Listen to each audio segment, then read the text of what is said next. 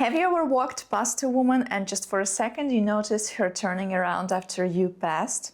Or maybe you finished a conversation and hours later she sends a random message that feels like an excuse to talk again. If that's ever happened to you even once, this video is going to explain why. Because when a woman can't help looking at you again, it's not always about looks, it's about how you made her feel. And yes, there are specific things that get stuck in a woman's mind. This is Matryoshka Tips and I'm Anastasia, and today we're going to unpack actually what makes a man stick in a woman's head long after the conversation ends. I'll tell you what makes her want to check your social media, reread messages or replay that moment you smiled at her. And we're not talking about tricks or games, just the real stuff that flips a switch in her brain and makes her curious even if she doesn't understand why. So let's start with the most overlooked thing, your tone of voice. There's something about calm, deep, grounded voice that lingers. It's not just about sounding sexy, it's about the emotional signal it sends. A man who speaks slowly, who pauses before replying, who keeps his tone low and calm, that man feels stable. And women associate that with safety, confidence, and maturity. Actually, there is one study that actually showed that women consistently rated men with deeper voices as more attractive and more dominant, especially when it came to long-term relationships. So, next time you talk to a woman, notice your tone. Don't rush, don't raise your voice to fill silence. That little moment of calm confidence might be exactly what she remembers hours later. Another thing that gets replayed in her mind, the way you look at her. Eye contact, especially when it's held just a second longer than usual, sends a strong message without you saying a word.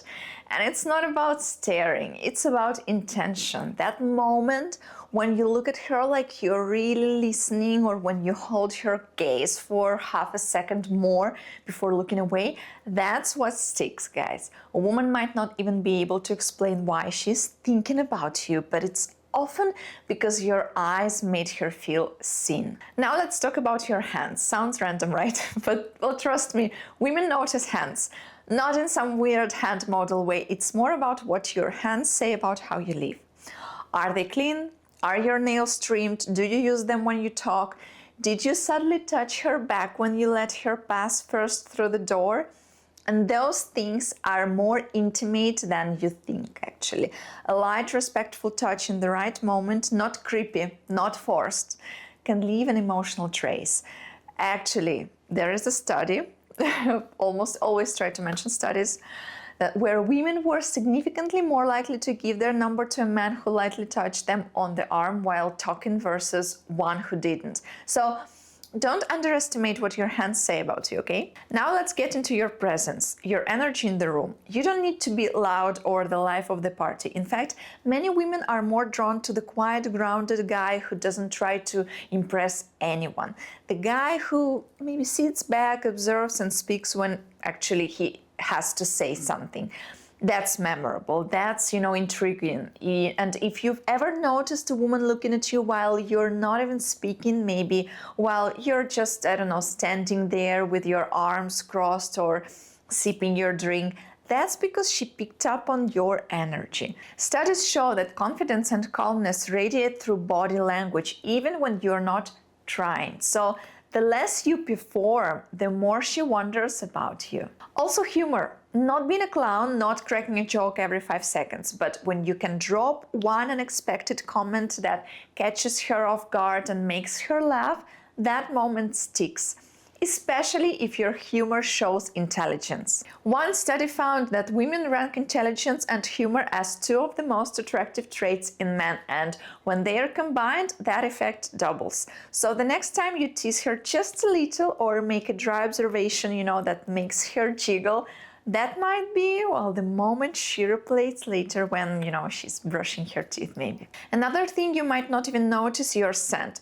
I can't explain this enough. If you wear a clean, warm, masculine scent that's not too strong, you're already in her memory. Smell is processed in the brain right next to memory and emotion, which means it's directly tied to feelings. Yes, there is actually a reason she randomly thinks of you when she, walks past a guy in the street who smells like the cologne you wore. Choose one scent and stick to it. Make it your signature and keep it subtle. One spray too much ruins the whole effect. Now, this part may surprise you, your silence. If you leave a bit of space between interactions, if you're not always texting her right away, not always available, not constantly feeling the silence, that mystery grows. She starts thinking, what is he doing right now? Is he thinking about me too?